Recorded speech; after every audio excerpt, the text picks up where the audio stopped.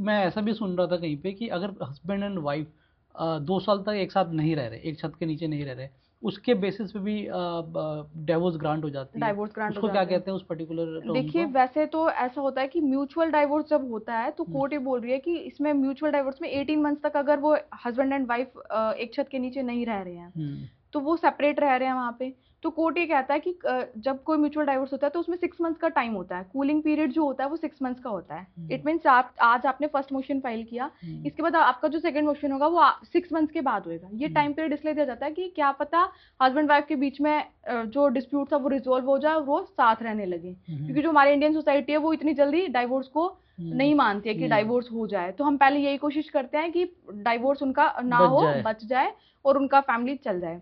पर अब क्या, अगर वो 18 मंथ्स तक सेपरेट रह रहे हैं, हम्म, अलग अलग रह रहे हैं, तो उनके बीच में और कोई ऐसा मतलब रीजन लग नहीं रहा कि वो साथ रह सकते साथ हैं। रह पाएंगे। तो वहां पर कोर्ट क्या कर रही है, आपकी ऑनरेबल सुप्रीम कोर्ट ने गाइडलाइन जारी की है, जजमेंट में पास किया है कि आप वहां पे जो 18 मंथ्स का टाइम अगर सेपरेशन है, तो वहां पे जो कूलिंग पीरियड है आप उसको वेव ऑफ कर देंगे। ओ। तो आपका जो डाइवोर्स है वो 1 डे, अभी तो बल्कि पुणे कोर्ट की एक जजमेंट आई थी, उसमें 1 डे के अंदर ही दोनों मोशन मतलब एक्सेप्ट कर लिए हैं कोर्ट ने, हम्म। और वहां पे हो गया है। राइट।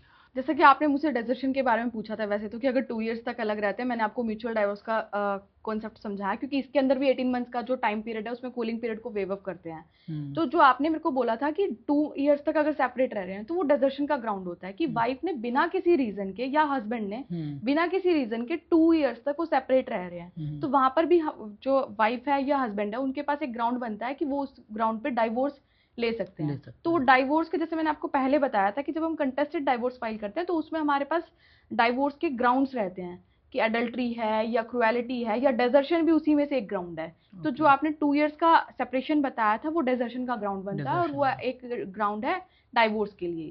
राइट। तो मैम अभी कुछ लोग जो हमारा पॉडकास्ट देख रहे होंगे ना, बहुत सारे ऐसे लोग हैं जो चाहते हैं डिवोर्स फाइल करना, लेकिन वो किसी भी कारणवश वो नहीं कर पाते, या उनको अपने लीगल राइट्स नहीं पता, या फिर उनको एक एक पर्टिकुलर प्रोसीजर नहीं पता कि किस तरीके से जाना है। तो मैं चाहता हूँ कि सिंपल शब्दों में आप उन लोगों को ये बता दें कि अगर कोई व्यक्ति डिवोर्स फाइल करना चाह रहा है तो उनको कौन कौन से स्टेप उठाने पड़ेंगे, सबसे पहले से लेकर आखिरी कदम तक, जब तक वो फाइल नहीं करते थे, उसके बारे में बता दें। उस वहाँ तक पहुँचते पहुँचते वो किसी न किसी एडवोकेट के पास ज़रूर से ज़रूर चले जाएंगे, और हम्म। बाकी तो उनको एडवोकेट देख लेगा। लेकिन पहले स्टेप से लेकर आप उस स्टेप तक, जब तक केस फाइल नहीं हो जाता, उस तक के बारे में अगर आप बताना चाहें तो। देखिए जब कभी भी किसी को डाइवोर्स लेना होता है तो सबसे पहले तो वो उसका रीजन देखे कि उसको डाइवोर्स लेना किस लिए है। ठीक है। कि अगर जैसे डेजर्शन का ग्राउंड है तो वाइफ अगर जा रखी है, तो हम्म, उसमें वहां पे उसको एविडेंस कलेक्ट करे उसके लिए कि हम्म, वाइफ को बुलाने की कोशिश कर रहा है, मैसेज कर रहा है। हम्म, तो वाइफ कह रही है कि मेरे को नहीं आना, हम्म, वाइफ को मैसेज कर रहा है कि मुझे आप मतलब जैसे 18 मंथ्स हो गए, 2 इयर्स हो गए, आप नहीं आ रहे हो, आप हम्म, आ जाओ, साथ रहते हैं, हम्म, कंटिन्यू करते हैं मैरिड लाइफ को। वो वहां पे वो डिनाई कर रही है हम्म, उस चीज को, तो ये आप एविडेंस के तौर पे यूज कर सकते ठीक हैं। है। अगर कोई क्रुएलिटी है तो आपके पास जितनी भी कंप्लेंट्स हैं, आपने जो भी डॉक्टर्स को दिखाया, जो भी आपके पास मेडिकल प्रिस्क्रिप्शन हैं, हम्म, आप उन सबको लेकर आएंगे, हम्म, उस सबको आप कलेक्ट करेंगे। तीसरा, अगर वाइफ वर्किंग है तो वो कहाँ पे जॉब करती है, क्योंकि ऐसा होता है मोस्टली केसेस में ऐसा देखा कि डाइवोर्स के लिए तो आगे हम पूछते हैं कि आपकी वाइफ क्या जॉब करती है, तो वो उनको ये पता होता है कि जॉब करती है, बट कहाँ करती है, क्या क्या करती है, करती है? कितनी इनकम है, उनको कुछ भी नहीं पता होता। हम्म, तो आप जब रह रहे हैं साथ में, अगर रह रहे हैं, तो आप ये देखें कि जॉब कहाँ कर रहे हैं। ऐसे सिमिलर वाइफ के लिए भी है कि हस्बैंड कहाँ जॉब करता है, हम्म, कहाँ पे वर्किंग है, कितनी सैलरी आ रही है, ये सब चीज़ों का आप ध्यान रखेंगे। हम्म, कुछ भी आपको एज एविडेंस लगता है हम्म, तो आप उसको वहीं की वहीं आप उसको रखेंगे, ये नहीं देखेंगे कि आप ये यूज में नहीं आएगा मेरे। हम्म। ये तो आप जब किसी एडवोकेट से कंसल्ट करेंगे तो वो आपको बता ही राइट। देगा। अब ये सारे उन्होंने इकट्ठे कर लिए, लेकिन पहला स्टेप क्या होगा, कहाँ जाएं वो सबसे पहला पहले? स्टेप, सबसे पहले आपको किसी एक एडवोकेट से मिलना पड़ेगा। हम्म, एडवोकेट से आप मिलेंगे, आप अपनी स्टोरी बताएंगे कि आपके साथ साथ क्या क्या हुआ। हम्म, एडवोकेट फाइंड आउट करेंगे कि आपका केस कौन से ग्राउंड में बनता है। हम्म, देन वो आपको बताएंगे कि आपके पास ये एविडेंसेस रहेंगे, आप ये कलेक्ट करके लेकर आओ मेरे पास। हम्म, वो वहां पर लेकर आएंगे।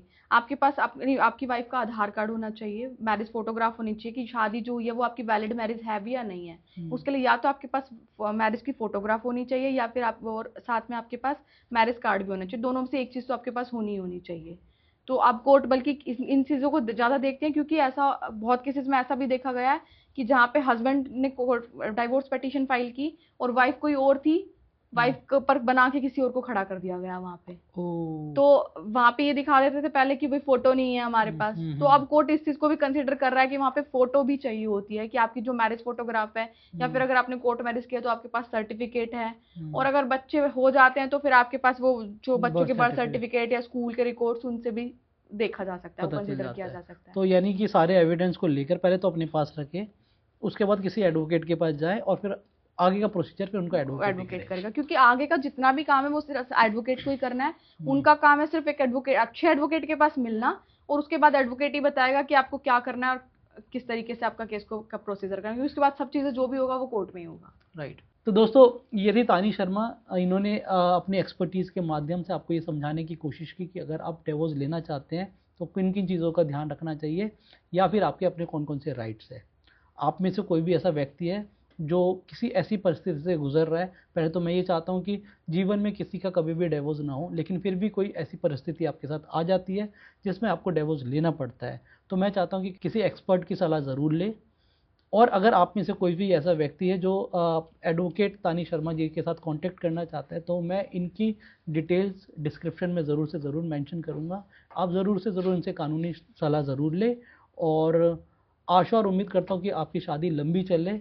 और इसी तरीके के मज़ेदार पॉडकास्ट देखने के लिए हमारे चैनल को ज़रूर से ज़रूर सब्सक्राइब करें।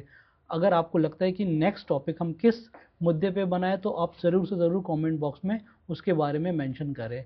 तब तक के लिए tata bye bye, take care.